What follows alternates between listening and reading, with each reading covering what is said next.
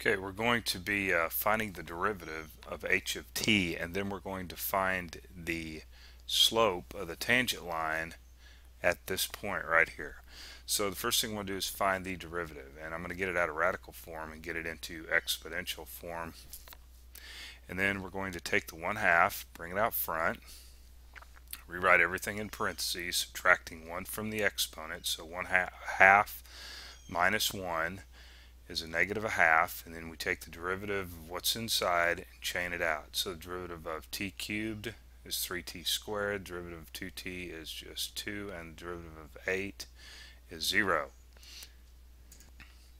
Now what I'm going to do next here is just do a little simplifying.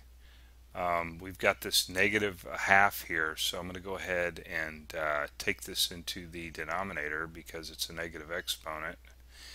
And then I'm just going to go ahead and get it back into radical form, dropping the 2 down into the denominator and just writing 3t squared plus 2 in the numerator.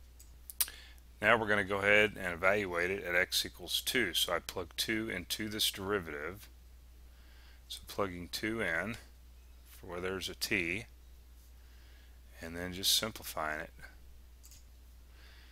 And we end up with 14 over 2 times the square root of 20. So we want to simplify this down. I go ahead and take this 2 right here. 2 goes into 14 7 times. And to get rid of this radical in the denominator, we're going to rationalize it. So rationalizing the denominator. So what we're going to do here is multiply the square root of 20, square root of 20. And so the square root of 20 times the square root of 20 is just 20. And we end up with 7 square roots of 20 over 20.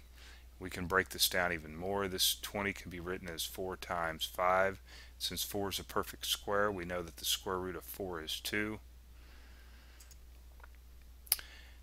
And 2 goes into 20 10 times.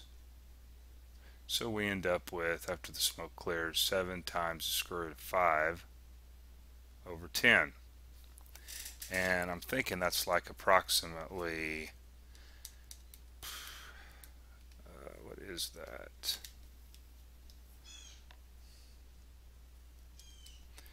1.56, something like that.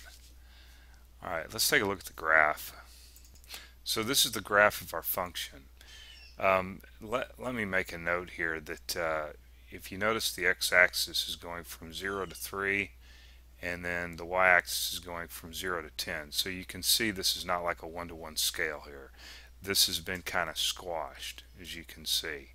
So by kind of looking, if you were to imagine a tangent line passing through this point right here, this is the point that we're interested in on the graph, right? If you can imagine our tangent line passing through that point, this is not the true slope of the tangent line, because if our y-axis has been smashed, or our x-axis has been stretched, however you want to look at that.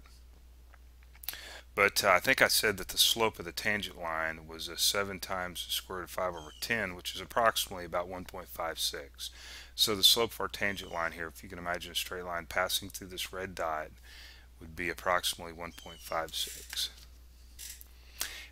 Okay, so I want to make another comment here about this finding the slope of the tangent line, or finding the rate of change here at x equals 2.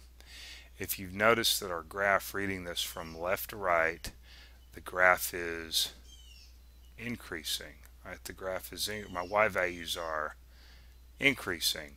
So we can look at that slope and say, okay, at x equals 2, we can say that this function is increasing. And that's going to be really important later on.